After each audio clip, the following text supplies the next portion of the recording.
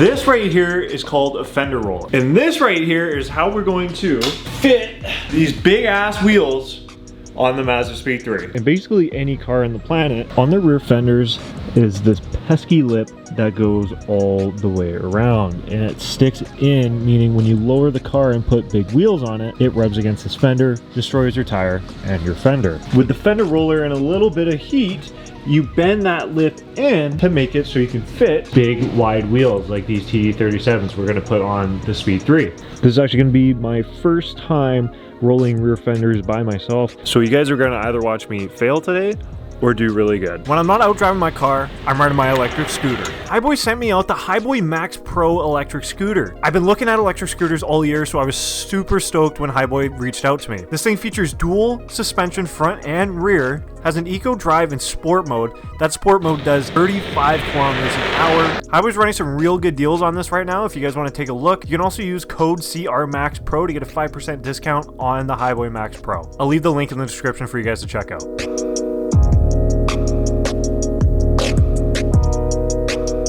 So first things first, I'm gonna take a rag and just clean this up. So setting this thing up on like lower cars can be a pain in the ass.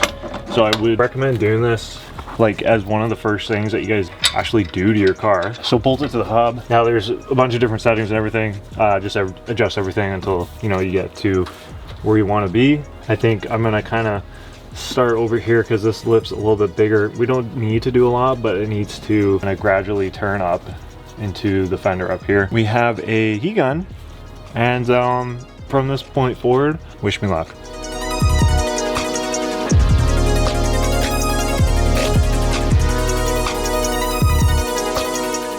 I am starting to get the lip to fold. I have been here for a long time. This is a very time-consuming thing, as you don't want to mess anything up, but I am getting pretty close to getting that lip pretty flat. So I will continue and see how it looks.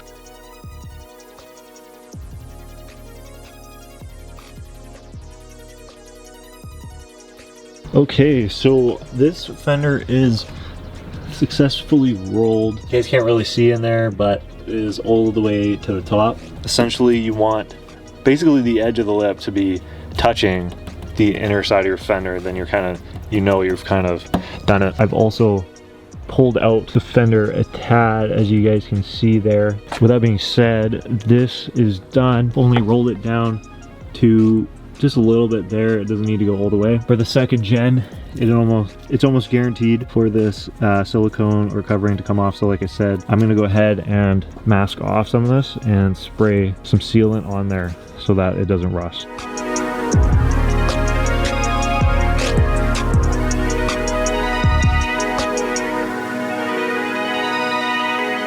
So the passenger side is complete, which means I'm gonna take one of these wheels and throw it on. This is actually kind of the first look. I haven't mounted one of these yet. That looks pretty sweet. As we can see, I think when we camber in, we should clear because this is lifted. So when it goes down, it will tuck in. So I think we should clear that, which is good. Fronts, different story, but the rears, that is a good start.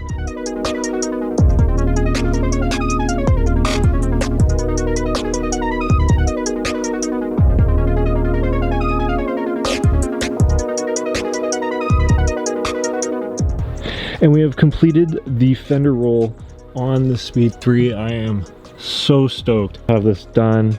Fender rolling is like that one thing that I try to avoid on all my cars.